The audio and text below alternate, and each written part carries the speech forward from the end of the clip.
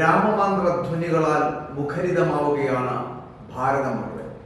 അയോധ്യയിൽ രാമക്ഷേത്രവുമായി ബന്ധപ്പെട്ടുള്ള രാമനാമവും രാമമന്ത്രവും ചൊല്ലിയുള്ള ഒരു അയോധ്യയായി മാറുകയാണ്.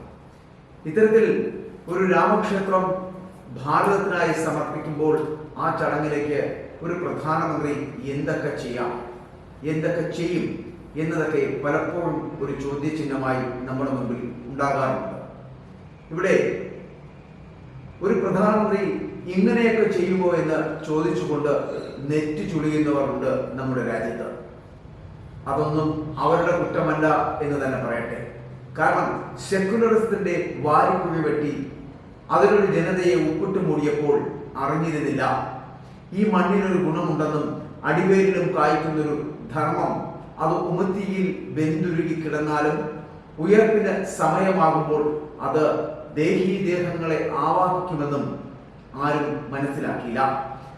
ബ്രിട്ടീഷ് രാജവംശത്തിന്റെ അധികാര കൈമാറ്റ ചടങ്ങുകളും വത്തിക്കാനിലെ വെളുത്ത പുകയും കറുത്ത പുകയും കാത്തിരുന്നവർ മറന്നുപോയി ഭാരതീയ രാജധർമ്മത്തിന്റെ ഷോഡശാപ പാരമ്പര്യത്തിന്റെ അടിസ്ഥാനമാക്കിയ അഭിഷേക പ്രക്രിയകളെ അധികാരത്തിന്റെ അപ്പകഷ്ണങ്ങൾക്ക് വേണ്ടി പരിഹസിച്ച് താഴ്ത്തിക്കെട്ടിയ സനാതനത്തിന്റെ സംസ്കൃതി പുണ്യത്തെ അത് അടിമുടി ഹിന്ദുവായ ഒരുവൻ അപകർഷതാബോധം എല്ലാം കടലിലൊഴുക്കി അല്ലെങ്കിൽ അധികാരത്തിന്റെ ചൊങ്കോലുമേന്തി ദേശനാഥന് വേണ്ടി പ്രോക്ഷണവും ലേപനവും ജ്ഞാനസ്നാനവും ചെയ്ത് വ്രതമെടുത്ത് നിൽക്കുമ്പോൾ മാമുനിമാരുടെ ആയിരക്കണക്കിന് വർഷങ്ങളുടെ തപസ്സിന്റെ പുണ്യം അല്ലെങ്കിൽ തപസ്സിന്റെ പുണ്യം കാലദോഷത്തിന്റെ കറുത്ത ദൃഷ്ടി മറഞ്ഞു തുടങ്ങിയപ്പോൾ പതിയെ പതിയെ വീണ്ടും മണ്ണിൽ പടരുകയാണ് ഇത് എന്ന് തോന്നുന്നു. എന്തുകൊണ്ട് ഇത് പറയേണ്ടി വരുന്നു? ഒരു പ്രധാനമന്ത്രി ഒരു രാജ്യത്ത് രാമക്ഷേത്രം പോലൊരു ക്ഷേത്രം വരുമ്പോൾ കഴിഞ്ഞ 12 ദിവസമായി അദ്ദേഹം വ്രതമെടുത്ത് ഒരു ശ്രീരാമക്ഷേത്ര നിർമ്മാണവുമായി ബന്ധപ്പെട്ടിട്ട് അതിനോടൊപ്പം ചേരുക എന്ന് പറഞ്ഞാൽ മൂക്കത്ത് വിരൽ വെക്കുന്ന നാട്ടുകാരുടെ നാട്ടിൽ വസിക്കുന്നവരാണ് നമ്മൾ എന്ന് പറയുമ്പോഴും അത് ന്യൂനപക്ഷമാണ് എന്ന് പറയേണ്ടി വരും. കാരണം ഭൂരിപക്ഷം ജനങ്ങളും വിശ്വസിക്കുന്നത് രാമക്ഷേത്രം ഉയരേണ്ടത് തന്നെയായിരുന്നു. അങ്ങനെ രാമക്ഷേത്രം ഉയരുമ്പോൾ പുണ്യ പുരോഹിതന്മാരോടൊപ്പം മുഖ്യസ്ഥാനം വഹിക്കുന്ന പ്രധാനമന്ത്രി നരേന്ദ്രമോദി അതിൽ നിന്ന് വ്യത്യസ്തനാകുന്നു.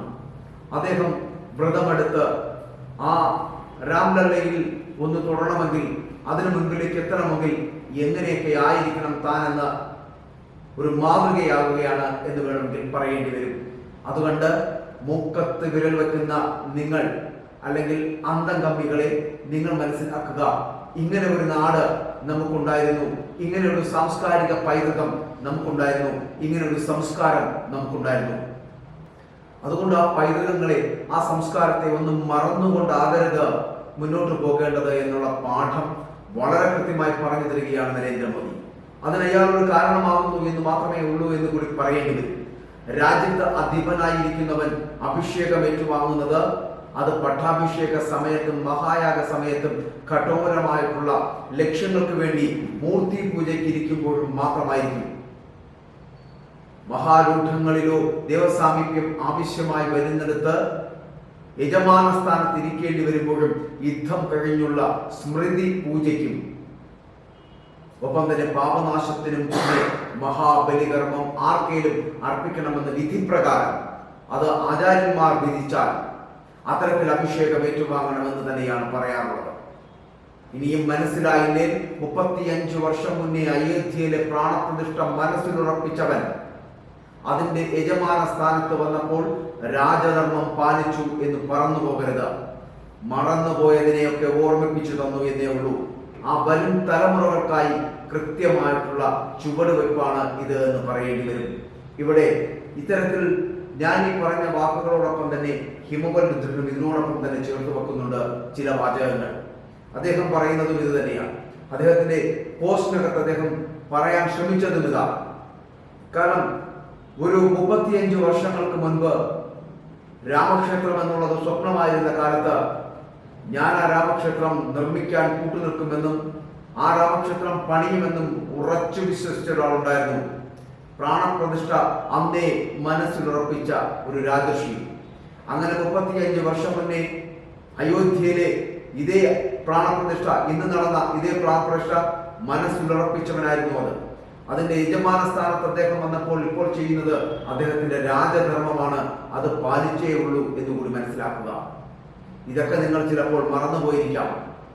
ഇന്ന് 2024 നമ്മൾ എത്തുമ്പോൾ 1989 നമ്മൾ പോകേണ്ടി വരും. 1989 മുതൽ 2024 വരെയുള്ള കാലഘട്ടത്തിൽ രാമക്ഷേത്ര നിർമ്മാണവുമായി ബന്ധപ്പെട്ടിട്ട് അതിന് പിന്നിൽ ചുക്കാൻ പിടിച്ചിരുന്ന ഒരു കൂട്ടം ഭക്തരുണ്ടായിരുന്നു. ആ ഭക്തരിൽ ഒരാൾ തന്നെയായിരുന്നു നരേന്ദ്രമോദി എന്ന് കൂടി പറയട്ടെ. ആ 35 വർഷങ്ങൾക്ക് മുമ്പ് അദ്ദേഹം മനസ്സിലുറപ്പിച്ചതായിരുന്നു ഇന്നത്തെ ഈ പ്രാണപ്രതിഷ്ഠ എന്നുള്ളത്. അത് നടക്കുമ്പോൾ യജമാന സ്ഥാനത്ത് അദ്ദേഹം എത്തുന്നു എന്നുള്ളത് ചരിത്രം അത് രാജധർമ്മം പാലിക്കുന്ന തരത്തിലേക്ക് അദ്ദേഹം കൃത്യമായ വ്രതാനുഷ്ഠാനങ്ങളോടുകൂടി ഇപ്പോൾ എത്തിയിരിക്കുന്നു എന്നുള്ളതാണ്. അതുകൊണ്ട് നിങ്ങൾ മറന്നുപോയതിനെയൊക്കെ ഓർമ്മിപ്പിച്ചു തരികയാണ് ഞാൻ. ഇതൊക്കെ വരും തലമുറകൾക്കായിട്ട് കൃത്യമായി ചുവട് വെച്ചിട്ടുള്ള ഒരു കണക്കെഴുത്താണ് എന്ന് പറയേണ്ടി വരും. അത്തരത്തിൽ നമുക്ക് ചരിത്രത്തിന്റെ ഏടുകളിൽ വായിച്ചു വയ്ക്കുവാൻ നാളെ പുതുതലമുറ സ്വായത്തമാക്കാൻ പോകുന്നതും അത്തരത്തിലൊന്നാണ്. ഇവിടെ ഒരു രാജർഷി ഉണ്ടായിരുന്നു, അത്തരത്തിൽ രാജധർമ്മം പുലർത്തിച്ചിരുന്ന ഒരു പ്രധാനമന്ത്രി. ആ പ്രധാനമന്ത്രിയുടെ പേര് നരേന്ദ്രമോദി എന്നായിരുന്നു. അതുകൊണ്ട് തന്നെയായിരുന്നു ഇത്തരത്തിലുള്ള പ്രധാനമന്ത്രിമാർ ഇനി ഉണ്ടാകുമോ എന്നുള്ള കാര്യത്തിലും സംശയമുണ്ട്. എന്നാലും ഇത്തരത്തിലൊരു പ്രധാനമന്ത്രി ഇവിടെ ഉണ്ടായിരുന്നുവെന്ന് ചരിത്രത്തിന്റെ താളുകളിൽ തങ്കലിപികളാൽ എഴുതി വയ്ക്കുമെന്നുള്ള കാര്യത്തിൽ സംശയമില്ല.